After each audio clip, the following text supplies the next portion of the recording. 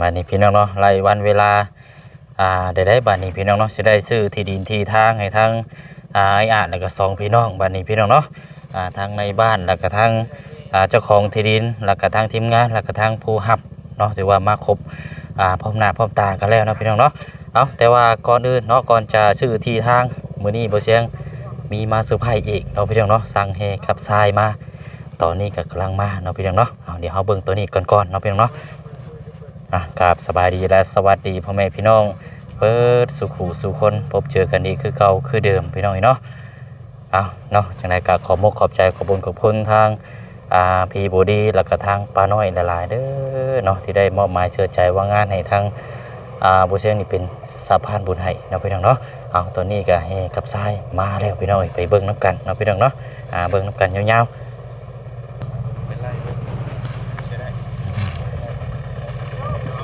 มานี่ใช้พร้อมแล้วว่าแม่มาแล้วสบายดีแม่เด้อทางอันพ่อเนาะเจ้าของที่ดินแต่ว่ายังในบ้านบ่ดูทางไว้ย่างขาในบ้านเนี่ยทางโมเตียงเนาะกำลังมาไปสั่งแห่ชายน่ะบาทนี่ว้าวทองนี่บ่ให้เจ้าว่าสั่งแห่ชายน่ะบ่แล้วทางบ่ดีพี่น้องเนาะ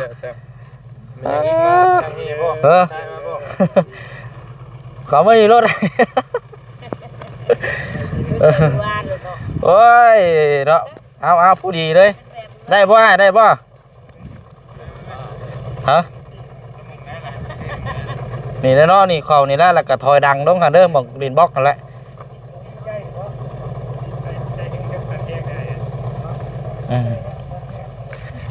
เอาแห่ทรายมาจะให้พร้อมกันกับที่ดินเลยช็อกกับช็อกแล้วเห็นนี่ได้ใช่น้ำเกลือก็มีอยู่ใช้น้ำเกลือกูดีอย่าสิพาดีใจได้เอานวดก่อนบ่ให้แล้วได้บ่ดีใจแห้งหลายเนาะสร้างมาไว้พี่น้องเนาะเพราะว่าจบจากนี้เดี๋ยวก็สิได้เดินทางขึ้นเซโปนบัดปี3 มื้อก็จังสิเดินทางลงมาใหม่อีกนะพี่น้องเพราะว่าบ่เชียงก็สิได้เฮ็ดบุญบ้านเฮือนในวันที่9นี่ก็ได้เอามาก่อนเนาะเซตติ้งได้น่ะเสร็จละบัดนี้เนาะเอานวด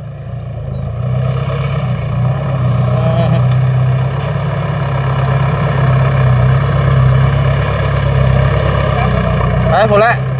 กลับไปไหนพุ่นละถอยดังเอาก็ได้โอ้ยผมมีหมวกชับอันนี้เนาะหาข่าวแด่นี่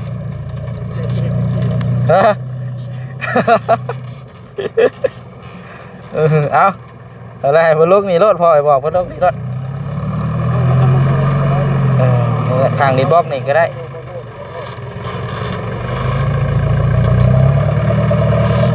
เขาให้แล้วบ่มาโน่นแล้วเอาโอเคลงเลยรถ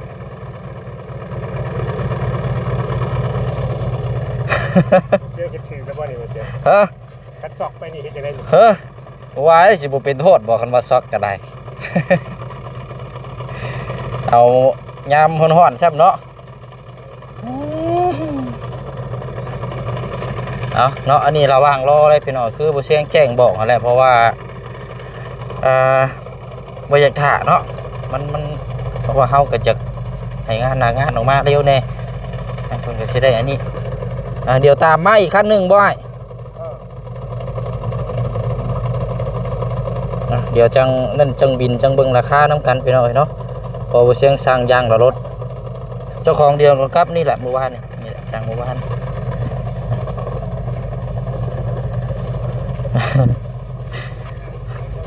ไปบ่ถือได้บ่เสียรางวัลใหญ่ยังบ่ทันได้เอาตัวนี้มาก้อนอีกแล้ววะเคลียร์ยังบ่ได้จบเลยบ่เสียเลยโอ้ยเนาะเอาเฮ็ดนี่ได้จ้ะพี่น้องเป็นไปแล้วเนาะขนาดหน่วยโลกมันก็ยังหมุนไปได้เลยมันบ่ได้อยู่หม่องเก่าดินก็ยังบ่ได้เป็นเจ้าของดินยังบ่เต็มที่ดินยังบ่ทันได้เซ็นยังบ่ทันได้เปโป้ครับเนาะอะไรก็ได้คือเก่าหั่นแหละพี่น้องเนาะ เอาเดี๋ยวเราเอาทรายแล้วก็เพิ่มน้ำกันก่อนเนาะเฮ็ด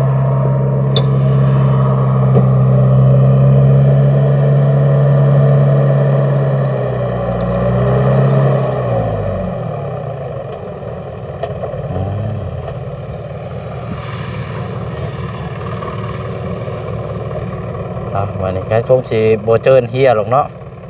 เพราะว่ามันอยู่หม่องพวงอยู่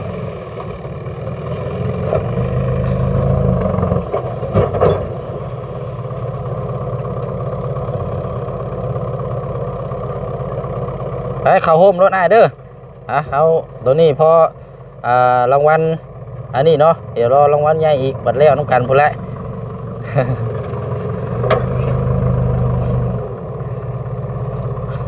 สั่นไปเบิดเลยพี่น้อยสั่นกระตงกระโตแล้วบัดนี้ว่าเราสั่นแต่เก่าเนาะ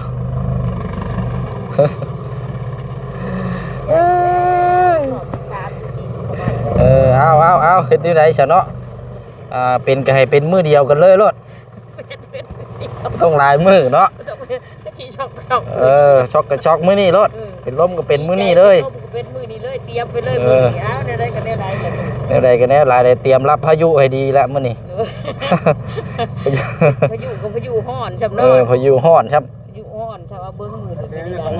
เขาลงโน่นเลยเด้อได้ให้กับเจ้าเอาถอยหลังคราวนี้เนาะป้าเอาละเนาะป้าบัดนี้เฮาไปรอเขาห่มเขาห้อยก้อนบัดนี้เนาะเลยเดี๋ยวรออันทั้งบนเตียงนั่นแหละพี่น้อยเนาะพายุเราดูรอดเนาะพี่น้อยมาฮอดจอดถึงแล้วบัดนี้เนาะพูดคุยนำกันบัดนี้พี่น้องเนาะดูคำว่าเบ่งปันนี่มันมองนิดแต่เกิดเด้ในบ้านเพิ่นผู้นี้ผู้บ้านแต่ว่าเจ้าของดินนะเจ้าบ่เจ้าของดินเราเจ้าของดินแต่ดินหันว่าตกอยู่ในนะบ้านเฮาในบ้านเด้อในบ้านเนาะแต่ดินหันมันถึงที่อยู่บ้านเฮาขึ้นกับบ้านยังนี่มันวงไซมันมีวงไซ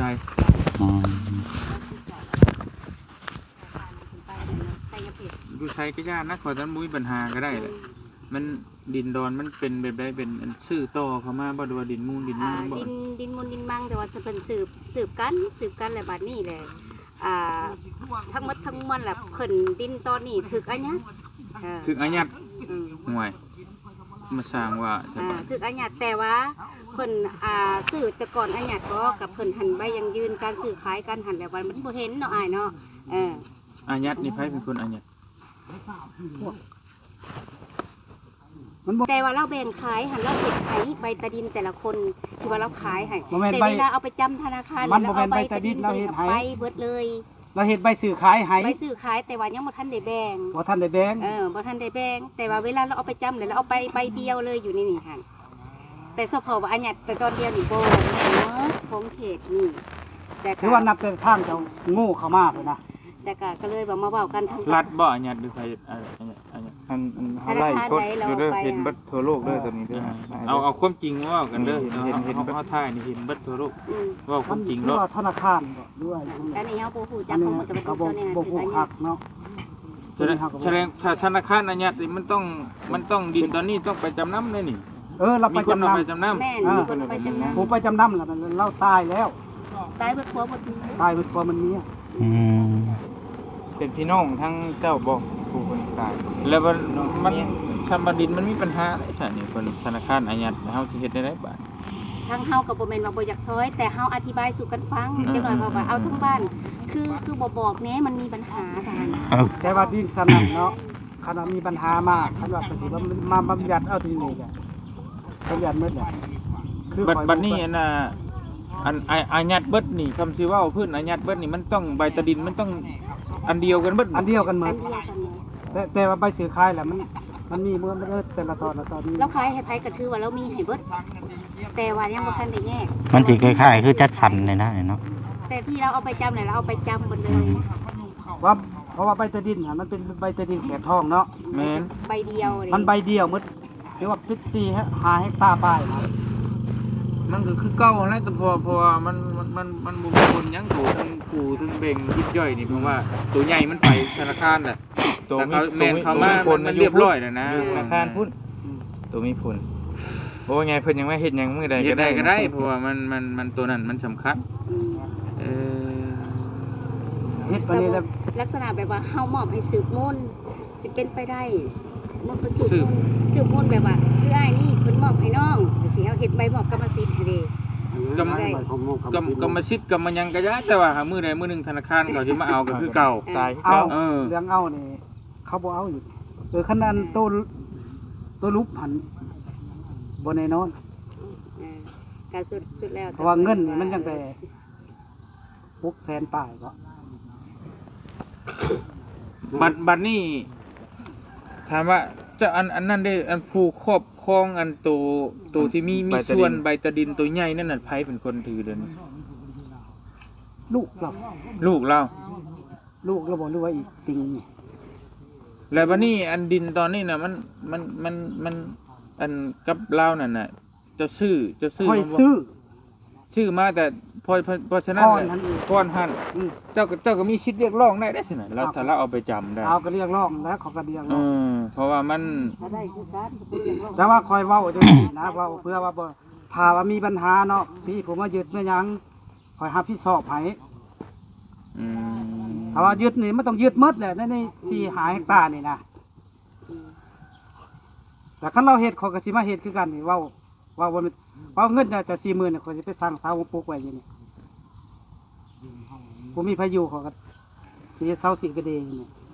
ยกตัวอย่างคือตัวนั้น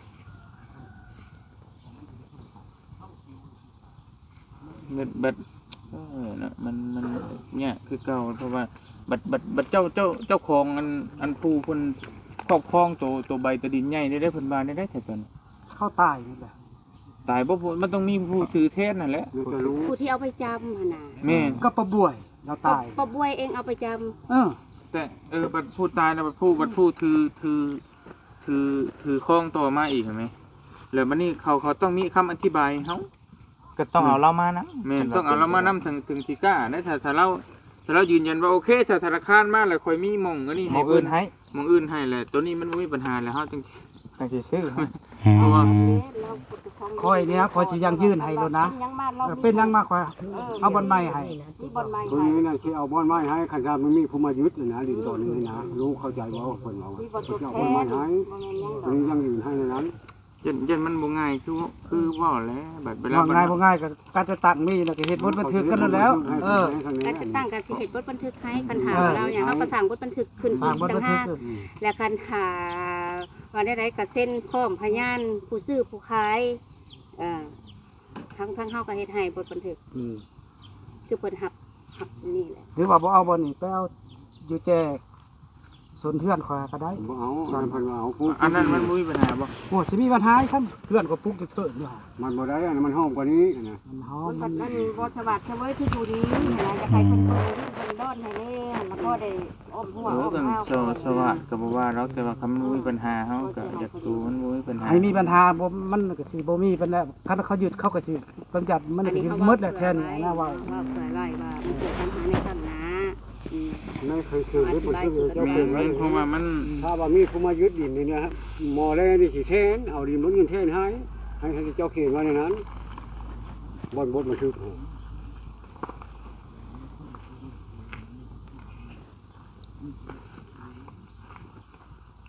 ทางเฮานี่ก็ขึ้นอยู่กับบ้านเนาะก็ดีใจที่ว่าเพิ่นได้รับการช่วยเหลือแต่ว่ามันเมื่อมันมีปัญหาแบบนี้เนาะก็อธิบายสู่กันฟังนะมันจะแจ้งเพราะว่ามัน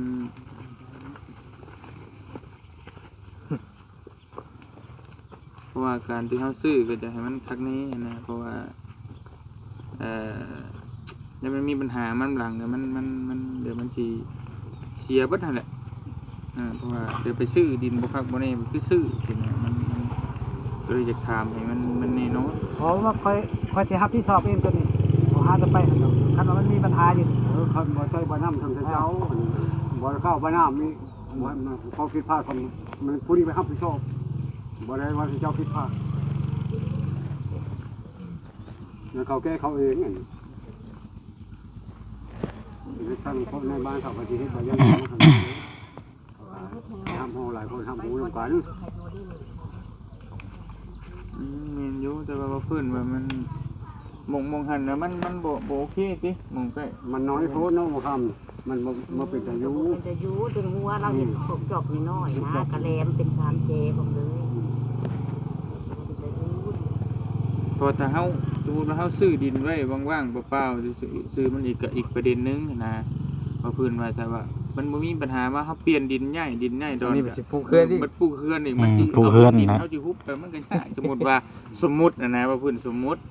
เอาสมมุติเนาะ บ่พื้นนั่นแหละแต่ว่ามีแต่ดินเฮาซื้อว่างเปล่าไว้สมมุติว่ามีปัญหาอนาคตเปลี่ยนตัวนั้นให้ตัวนี้ให้มันก็ง่ายอยู่ง่ายว่ามันก็ง่ายอยู่แต่ว่าเฮาก็ได้จากถามอันคนที่ว่าเพิ่นถือครอบครองผู้ที่ใบตะดินใหญ่เลยนะครับว่าเพิ่นมายืนยันนํกันโอเคนี่ก็ พอมันจะค่อยซื้อดินนี่มันบ่แม่นว่านี่มันจะเข้า20ปีไปบ่ซื้อดินตอน แต่ว่าเจ้าก็ท่านได้แยกเป็นของเจ้าติ บ่หมดที่เขาบอกอันนี้นะ แมนเบิดเลย พวกนั่นน่ะ แมนเบิดเลย ถ้าคืออ้ายแยกออกมาได้ใช่ คัดแยกตะกี้ใคร ก็คือว่าดินนั่นของพี่น้องของป้ายตัวเองนี่ อันนั้นก็คือว่ามันว่าสิตายจากกันไว้ปานนั้น บัตรเล่าดังจากเล่าไปจำแล้วก็ทั้งเจ้ารับเพิ่นบ่ได้บอกคือเจ้าบ่หรือว่า จำก่อน หรือว่าฮะ จำก่อนขาย จำก่อนขาย แม่น เฮงบ่ได้แต่เดี๋ยวนะบ่ได้แล้ว เราเอาออกมาแล้วเนาะเราขายดินตัวนี้กับตัวนี้เลยเราเอาเงินน่ะไปใช้ ไม่ใช่ ประจำก่อนขายเฮงแล้วได้เฮงแล้วเห็นยังบ่ได้เลย แต่ว่าเพิ่นบ่ทันได้อายัดขออนุญาต แม่นเพราะว่าบทบันทึกที่ตอนเพิ่นประจำมันมีบันที่เดือนปีอยู่แล้ว ถูกต้อง แม่นบัดนี้เราขายให้ผู้นี้บัดหลังจังหันเฮงเต็กบัด แต่ว่าแต่ก่อนถ้ามันบ่มีปัญหาเพราะว่าพวกที่เอาเงินเอาทองออกมาหัน โดย คือว่าสำหรับสร้างใบตาผลิตเวลาตามตาเดือน โดย กำหนดเวลาสร้างกันสำไรเขาให้หมดบาดผลสุดท้ายมาเราเจ็บเราโชว์นี่บัดนี้เราเสียหายไปนี่ปุ๊บแล้วทางนั้นผู้เอาเงินไปนั่นแหละเลยบอกไปสร้าง อ๋อ และกำหนดกฎเกณฑ์แล้วมันเข้ามาเป็นหดล้านบาท ขอบใจเด้อ แล้วมันลวงหลายบาทแล้วเลยเสียชีวิตเสียชีวิตแล้วเราจำเป็นลูกหลานเนี่ยแต่มันบ่มีสื่ออยู่ในใบตาดิน โดย บ้านนี่แหละพวกนี้บ่ชมยอมให้สิให้ยึดให้ยังเพราะเขาบ่มีลายเซ็นมีแต่ผู้เดียวมีลายเซ็นนี่มันจะมีปัญหา เลยทั้งพุ่นปุ๊บเพิ่นลงมาหาทางบ้านของพวกเขา โดย เลยอัญญัติฉับเนี่ยห้ามนิ่งติงกลัวจะแล้วเรียกงานตัวนี้จะนิ่งติงได้ มันเป็นไงครับ มันก็บ่นั่นคือเก่าแหละเนาะมันอย่างเงี้ยเพราะว่าในเมื่อเพิ่นอนุญาตห้ามมีการเคลื่อนไหวห้ามเฮ็ดนั่นเฮ็ดนี่แต่มีการซื้อขายกันเกิดขึ้นแล้วมันผิดอีกแล้วบัดนี้บ่ได้บ่ได้ นี่ทางพวกบ้านถือว่าหับพอบัดเลย แม่บ่ได้เฮาก็สิพ่วงไปนํ ทุกคำเว้าคำหยังมันก็ต้อง อันนั้นมีแต่นั่นก็โจ๊ะก่อนจ้ะดีสุดเพราะว่าเฮามันบ่อยากให้มันมีปัญหาเนาะถ้าเจ้าของดินไปคุยหรือว่าตั้งธนาคารเคลียร์เรียบร้อยสมมุติว่าธนาคารเฮกเอาแต่หรือว่าตัวใดตัวนั้นตัวนี้แหละสมยอมกันจบบริบูรณ์นั่นแหละมันบ่มีปัญหาได้อยู่แต่ว่าอันนี้มันยังบ่ได้ แต่นี่ฮะนี่ท่านพวกเนาะพวกอันนี้เจ้ามานี้เนาะกับเพื่อว่าความปลอดขาวนะครับมีความสะดวกผู้ที่ดูผู้ที่ขาย คือบ่ให้มีหยังที่เป็นมลทินเลยนะ แต่ว่าเดี๋ยวนี้มันหันยังเฟซไปบ่ได้มีแต่ว่าทางบ้านเฮาอนุมัติให้ว่าให้เท่านี้แหละเนาะมันคิดให้นอกได้แต่เท่านั้นพอไปซื้อขายปุ๊บมันก็เป็นไปบ่ได้แล้วบ้านเฮาบ่มีความสามารถในสิ่งนี้มันถือประหยัดสัตว์เด้ เพราะว่าว่าง่ายคือดินตอนนี้มันเป็นของเพิ่นแล้วนะแม่นอยู่แต่ว่าทางอ้ายเพิ่นนี่แต่ว่ามันเฮาคือว่าหยังบ่ได้เด้อแต่เพิ่นลงมาเฮ็ดแล้วมันก็คือว่า เดี๋ยวนี้เราเฮ็ดใบยังยืนการซื้อขายกันบ่คิดนั่นเราเฮ็ดเสียถ้าบ่เฮ็ดเสียแล้วเขาขออนุญาตทางบ้านผมออกจากเส้นที่คืนน่ะเส้นคืนจากใบเก่าแล้วมีพยานภายในแน่งานอยู่ในหั่นในการซื้อขายตอนนั้นนี่เอาใบตัวเก่ามาหาที่ ตอนใบชื่อขายตอนเจ้าชื่อกี้ก็บ่เห็นบ่ มันบ่เห็นนั่นแหละเดี๋ยวนี้มันจะยาก มันเฮ็ดยากแล้วมันก็ทำมาว่าปากเป่าซื่อแล้วป่านยากก็ไปเติมอีก ดีใจเพราะว่าเฮาก็ได้นะไอ้น้องเฮานี่นะเพิ่นอยากทำงานเพิ่นมีโครงการช่วยเหลือนี่พวกเฮาก็ดีโอเค แม่นก็อยาก เพราะมันปัญหาแต่ว่าเพิ่นบ่มีใบซื้อขายตัวเก่ามอบกันมาสิทัน เด้อ ขึ้นมาแจ้งกันทางบ้าน บ้านจะเห็นว่าแบ่งมันปันส่วนให้ลูกหลานอยู่เป็นคืนนะว่ะ โดย อยู่ในใบมันความคิดตัวเก่าจะเห็นได้ตัวนั้น อันนี้มันผัดบ่มีได้บัดนี่จะใครเป็นปัญญาจะใครเป็นบุกขายบัดนี่ ว่าเดี๋ยว มันเลยบุกเขาเรื่อง มันสิปานใจมันมุมนั่นแหละมันยุ่มมันย่วยดอกบานบ่ได้บ่ได้ แล้วแต่ว่าฟังพวกเจ้าว่าอธิบายได้แต่คำนั้น โดยครับ ว่านี่ว่าเพื่อเงี้ยยันมันยากเลยถ้ามันบ่ยากก็ดี โดยเนาะก็ถ้ามันเป็นแบบนี้แล้วตามที่เฮาอันนี้นะก็เห็นว่ามันก็ต้องยากแน่นอนแหละยากจะเป็นเปอร์เซ็นต์หลายกว่าเพราะว่าจังไดเพิ่นก็อายัดแล้วอันน่ะเพราะว่าผู้นี้ก็แม่นในบ้านผู้เก่าต่อมาแล้วจะแม่นแม่เพราะว่ายังการดำเนินงานกับไปประกันหักผู้มัดก็อยากให้ละเอียดนะเขาจะให้ข้อมูลแบบแจ้ง เพราะว่าถ้ายกตัวอย่างคืออ้ายเพิ่นนี่มีใบซื้อขายคักในก่อนที่เราจะเอาใบตะดินไปจำนำตอนนั้นเขาโต้แย้งได้สิเขาโต้แย้งได้นี่มันหลังอันนี้มันหลังแล้วแถมยังเฮ็ดเสียอีกเขาสิเอายัง ไปทกเถียงกันวันนี้มันบ่ได้ยากแฮงถ้ามีใบนั้นคักแน่นี่วันที่ค่อยซื้อก่อนที่เราจะเอาไปจำนำอีกก็ได้ตอนนั้นน่ะได้ นั่นแหละแต่ว่าอธิบายคือ จังไดเฮามีเปอร์เซ็นต์ชนะ ตัวบอลแรมบอลเขาปุ๊กตัวฮะเอาแล้วเต้นต่อดอกทำตัวดีครับโบ ตอนนึงนะมันตอนนั้นมันบกกว้างเด้มันบ่เป็นนั่น แร เนาะ ม มันเป็นตะยูนะ มันกลางบ้าน มันจะเป็นหัวเราอีกสามน้อยถึงหัวแหลมออกมา นี่อยู่แต่ว่าตัวนี้มันบ่ติเรื่องดินงามแท้แต่ว่ามันตัวเอาแหละเนาะงามอยู่แบบโดยที่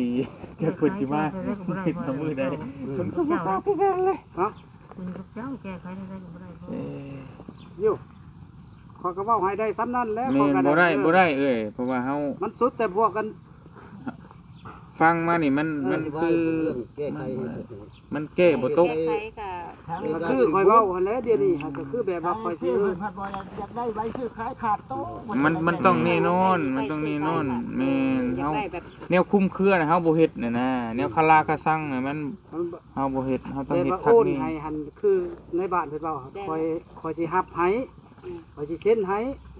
แต่ว่าเพิ่นก็ฮับเพิ่นว่าถ้าเกิดมันหายหยังเพิ่นสิฮับเพิ่นก็เว้าเนาะแต่เฮากับทั้งบ้านเฮานี่ก็ว่าเพิ่นว่าเสร็จไปนั่นทั้งบ้านนี่ก็เสร็จบ่เพิ่นถึงให้แต่ระวังผู้สิซื้อให้เพิ่นก็ต้องการที่แบบอยากได้อีหยังที่มันแน่นอนเลยอ่ะนะ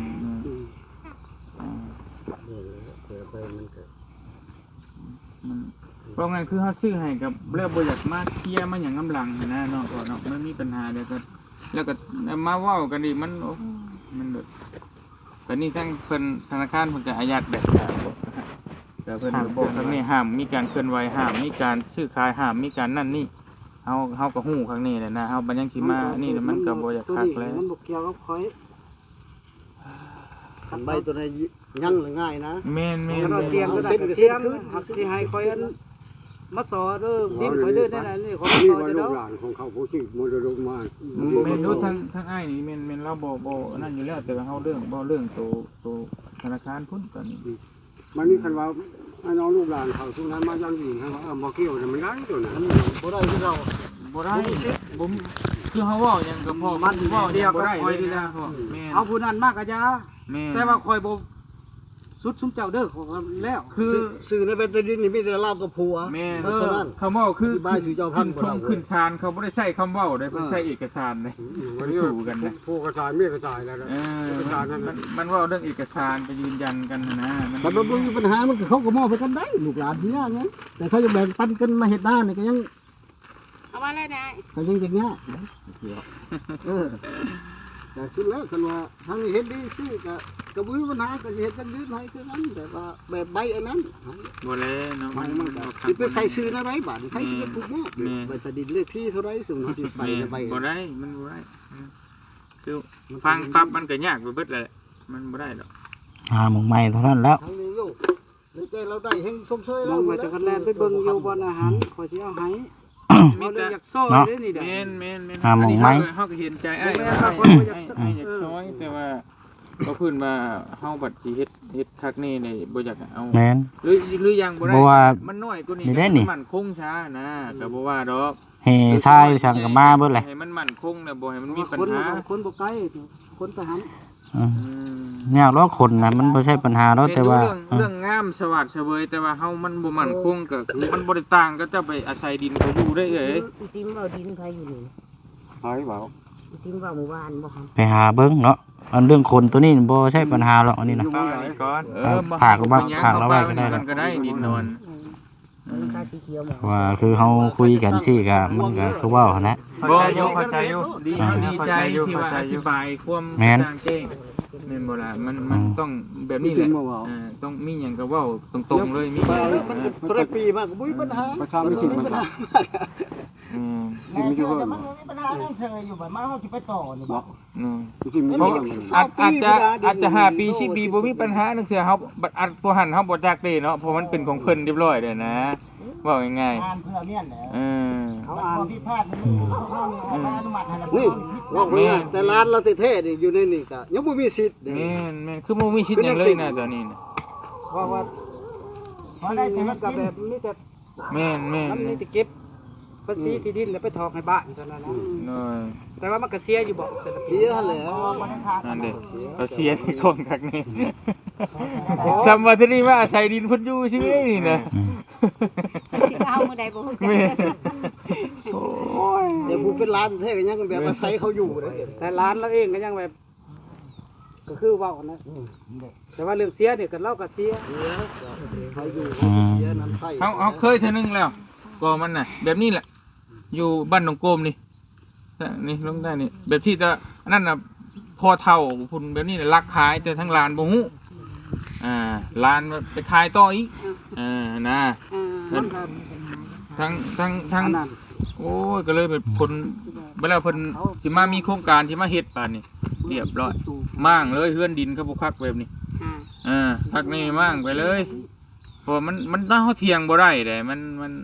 เพราะว่าเว้าล้มปากบ่ได้มันเว้ากันเรื่อง เอกสาร เรื่องนั้นก็จะตั้งปุ๊บบ้านนั้นเลยบัดนี้ ก็จะตั้งบ้านนั้นก็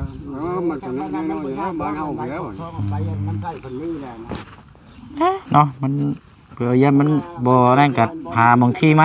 แม่เอ้ย เฮาก็ว่า เนาะ โจ๊กก่อนใจเย็นๆ อยากโจ๊กก่อนนั่นแหละคันว่านั่นก็ ตัวนี้ มันบ่มีผู้เล่นบัดนี่เมื่อเขาอายัดแล้วลูกหลานก็บ่มีผู้เล่นบัดคืออยู่ในขณะ มันเพราะว่ามันถึงขั้นอายัดเลยนะถ้ามันถึงขั้นอยู่ในระหว่างจำนำอยู่เฮาถอกเฮาหยังอยู่เฮาคุยกันได้เลยนะนั่นเอิ้นเพิ่นมาคุยกันเลยสิเอาแบบใดไปให้คุยกับธนาคารให้มันชัดเจนว่าให้ธนาคารพอสิดูแล้วนี่ทางฝ่าผ่าเงินเฮาบ่ถึงแค่บ่ น้ำเองก็สุดอยู่แต่ว่าเขาเฮ็ดถูกต้องตามกฎหมายได้จะมอบให้มันผ่านศาลผ่านหยังแม่ไว้ทุกตู่เขาจะ ขอดินเขาจะขายบ่อึดมันบ่ละ2แสน3แสนบ่อึดเดี๋ยวนี้นะยาก โอ้โห3เซน ให้สิซอยเจ้าแม่นล่ะ พอพูดมันก็หาบ่ยากเลยหอย คนช่วยเหลือ คนสามารถช่วยได้แต่สำนัก ซอยตามงบมาแล้วนี่นะ มันเหมาะสมกันนะคือว่า อืม พอได้อยู่นะความหมายว่าพอได้อยู่ บางคนสิให้ว่า40,000ไปซื้อรถจักรก็ยังบ่ได้ แม่นเฮาบ่เถียงมั มัน น เอาเพื่อนมาจากซอยก็ซื้อ แม่นว่าเพิ่งดินในเมืองมันแพงอยู่แล้วตัวนี้เลยนี่อยู่แล้ว เพิ่นก็เพิ่นโจ้แล้วเฮาก็ อืมเอาละเนาะคิดแต่ว่า ชอบหาหม่องไม้ โดย ทำมองไม่เนาะ ก่อนเนาะบ่อยากให้มันมีปัญหามาตามหลังหั่นนะเพราะว่าเดี๋ยวมันสิหนูจะเฮ็ดโลจะปลูกโลก็ได้ทั้งบ้านก็บ่ได้ห้าม บ่ได้ห้ามมีแต่อธิบายว่ามันเป็นไปติดมาจังซี่ตรงนี้ อืม ว่าดินดอนมันบ่นี่เฮาก็ ไม่ใช่ให้เราได้อยู่พุ่น มาหา เพราะมันเฮามาอยู่แบบนี้เนาะมันก็ โอ้เฮาก็บ่ได้เฮาก็มีผู้มาทางนั่นแหละ นี่ทรายก็เต็มอยู่บน เฮชายดินบล็อกฮะมีแต่หาแนวทางหมองไม่เท่านั้นแหละบาดนี่อยู่ มีแต่แนวนั้นแหละเนาะคันถามว่าเป็นอะไร โดยเอ้ย ก็ หาใหม่ จังได๋ก็ คันว่าเจ้าอยากกันนั้นก็มีแต่บ่อนนั่นแหละก็สิเอาให้ไปเลือกบ่อนนี่ ประมาณ บ้านเว้ามอบสิทธิ์มอบหยังให้แบบ อันนั้นน่ะปุ๊กเพื่อนได้อยู่ติ โยมันก็จะว่าทำกันนี่นะ มัน โอ้ยบ่ได้ว่าหยัง เนาะ บ่ได้ว่าหยังแล้วแต่ทั้งเพิ่นว่าให้ คำว่ามันโอเคก็คำคือมันนั่นก็มันดีถึงมันจะขี้ไล่กูนี่แต่มันมั่นคงเฮาก็โอเคนะ สามเราอยู่นี่แหละเนาะอันนี้มาอยู่วัดคือเขาว่าแล้ว เรามีดินอยู่แล้วก็บ่อยา แต่ว่าตัว ก นั้นน่ะมันบ่มีใบตะดินแบบนี้เลย มาไปอีก ก็พูดว่ามันใบตะดินน้ำใส สิ เรื่อง สิ น่ะ สิ ดินน้ำใส่ชื่อ เป็นนี่รัด เป็นบ่เป็นแบบของเขา ก็ถามว่าโอเคก็ยังบ่ร้อยอันนั้นก็ได้โอเคเข้า แต่ ใจ ว่า แล้ว ก็แน่นอนคนตัวนี้หลายเท่า เบิ่งเยอะแน่นอนก็ ขยัน เก่าไป มันบ่มีบำยัด บ้านขยะเพชรมาถึงบ้านพักเขาทหารเขาว่าบ้านพักเขาทหารนี่จะ โอ้ยขอบใจละลายเอ้ยเด้อ เจ้า เสียเวลาบางโดนนึง ว่าบ่เป็นหยังบ่เป็นหยัง ขอบใจละลายเนาะที่มาอธิบายให้ฟัง นำข้อมูลเนาะ บ้านทหาร ทางใหม่ก็มกขอบใจพวกเราหลายๆ โดย มันยืนเด้อ โอ้ สวยเด้ ย เป็นที่พึ่งของประชาชนคนทั้งหลายเด้อ เนาะขอบใจทั้งเรื่อยเพิ่นในไลน์เนาะนำข้อมูลเฮาก็ต้องถามเรื่องจะแจ้งนี่แหละพี่น้อยเนาะเผื่อหน่อยมันมีปัญหาที่ดังเนาะ ไม่มีแต่มีสมใจจริงๆบ้านเคยพอถึงเสียคูปีแต่ว่าไปครอบครอง เนาะเดี๋ยวจังถามทั้งพูดคุยสอบสืบต่อเรื่องที่ดินอีกบัดนี้พี่น้องเนาะเรื่องแฮชายหรือว่าเป็นตัวนี้นี่บ่ใช่ปัญหาหรอกพี่น้องเฮาคนไปไม่ก็ได้ตัวนี้นี่เนาะเนาะต่อกันเรื่อง จังติดต่อเราก็ได้ไปเลย พอแต่ว่ามันบอกบ่แม่นว่าเฮ็ดบ่ได้ดอกเพิ่งไปเขาก็เฮ็ดได้อยู่ ทางเฮานี่ก็ที่เทียนใจอ้ายเพิ่นก็อยากซอย แต่ว่ามันผู้เฮาอยากซื้อนี่ก็อยากให้มันแน่นอนหน่อยนึงเนาะแต่ว่ามันมีแนวแบบนี้แหละก็มันก็บ่คักปานใดนี่แต่ว่ามี2บอนนี่บ่มี2บอน อยู่ต้องมาอยู่หันแล้ว มีหันกับบอนนี่บ่2บอนนี่ คันตัวไหนแห้งมันไกลพุ่นแล้วลงมืออื่นแล้ว ดูมือ อ๋อโตบ้านยังก็ เก่งเฮ็ด จริงเฮ็ด ดูมือเป็นโรงงานน้ำตาลพุ่นแล้ว โยแต่ว่าเดินอย่างเงี้ยฟังแต่ว่ากกย่างกันมี2,400ต้นนะ ดินตัวนี้แหละตัวที่เจ้าเว้ากินนี่เด้ล่าสุดนี่เด้ตัวกินนี่ ก็อันนั้นแล้วอันนี้แหละอันนั้นแหละ เอาอันแดมๆนี่ได้ อันนั้นแหละ ตัวไหน อยู่ทั้งนี่นะอยู่บนเทือนข่อยโลก อ่านอยู่นี่แหละว่าครับไปเบิ่งอยู่นี่เป็นหยัง สีเขียวจังมันสีอยู่ในเมืองมาที่หันใหม่ไปแวะกินน้ำแล้วก็ ก็เดี๋ยวเขาจังปรึกษากันก่อนกำลาก่อนก็ได้นะจังไปแล้วกันว่าแน่ใดก็ มันเนาะ อยู่ใกล้คือว่าคดินน่ะจะ เอ้าก็อยู่หน้าเฮือนข่อยโลกบ่แม่นว่าเขาจะให้ทั้งหลังนะเขาจะให้ทั้งหน้าไหน กลับไปเบิ่งก่อนเพื่อเป็นการตัดสินใจ เห็นแล้วบ่ เจ้าเห็นนะบ่ เห็นแล้วบ่ ว่าถึงหัวหันบอกกัน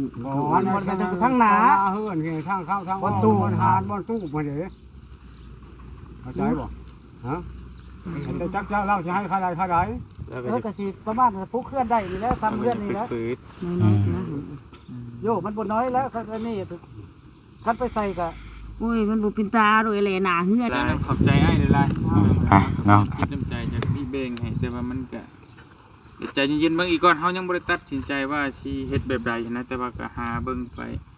อันก็แล้วอ้ายมีอีกวงนึงอยู่ติดเพื่อนเราสิเบงให้แต่ว่ากับไอ้เพิ่นสิโอเคบ่หรือว่าจังได๋ปรึกษากันอีกเทื่อนึง เจ้าแล้วไปเบิ่งของแท้ให้สิซ้ำนี่แหละ เนี่ยไปเบิ่งนั่นแหละคันว่านั่นก็ใครแน่เฮชายมันอยู่ใกล้อยู่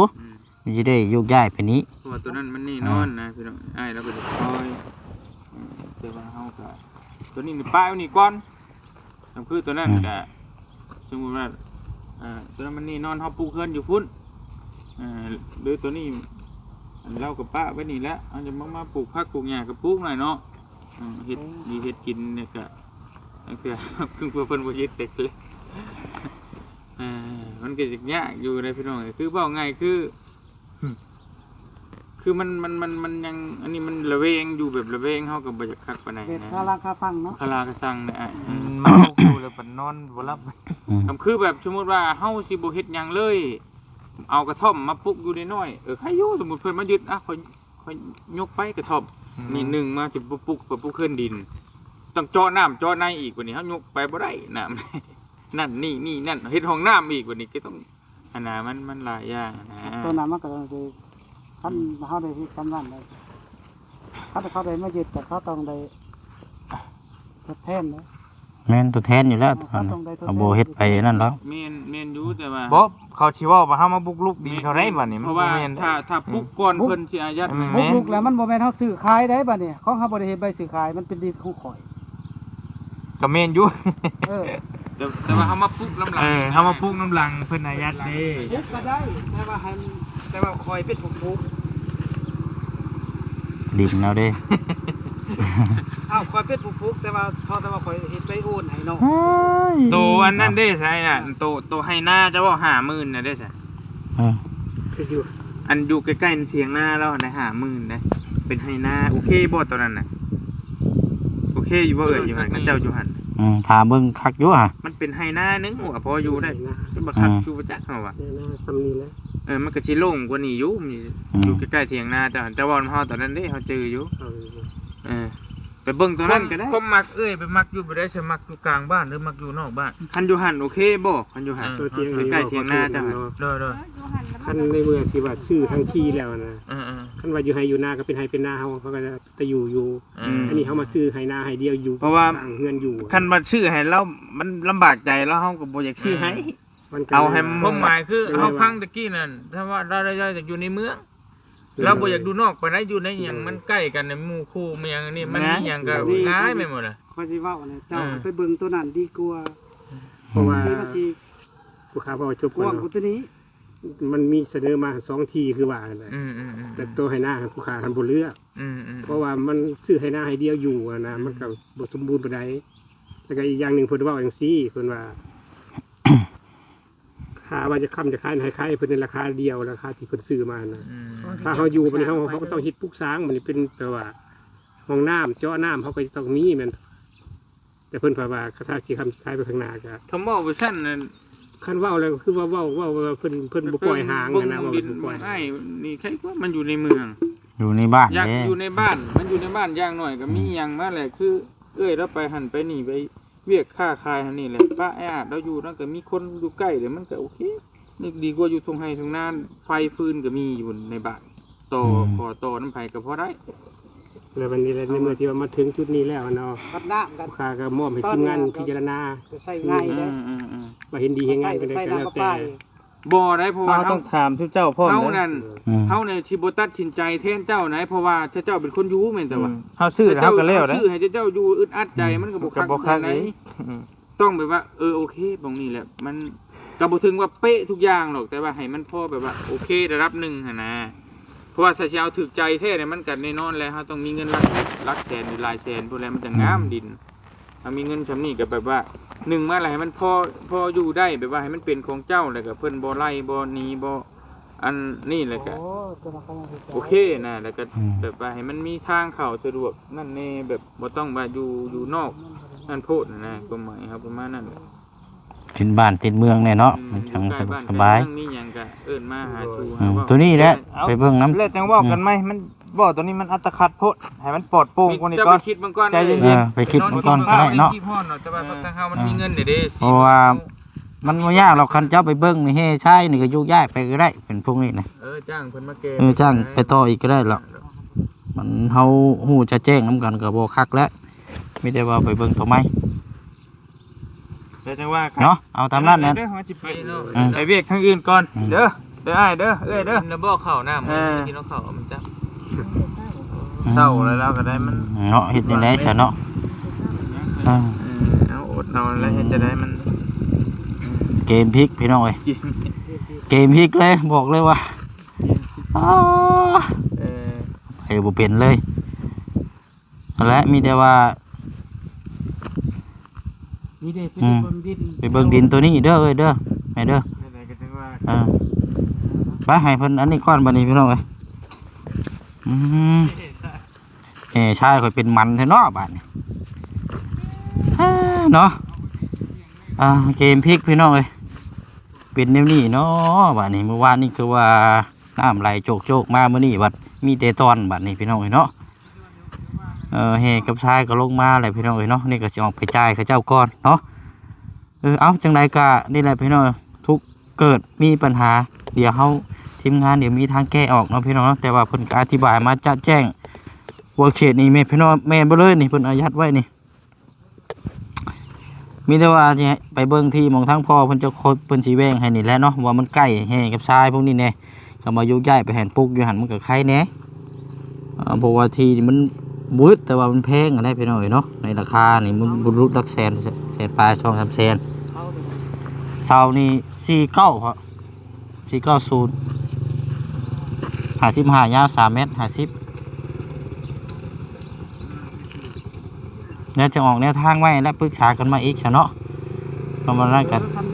ลูกไปมากแล้วค่อยซื้อให้ทำไมเจ้าก็สิปุ๊บเลย เจ้าแล้วเอาคุยก่อนอันนี้เพราะว่ามันเป็นของผู้ใหญ่เด้นี่นะ มันเป็นของผู้เป็นซอย ซอย แม่นว่าเฮาก็ยังเว้าบ่ได้นี่ไม่ได้เฮาดูแลก่อนตัวนี้เนาะผากน้ำเด้อพ่อเด้อผากเบิ่งแย่งน้ำแน่เนาะ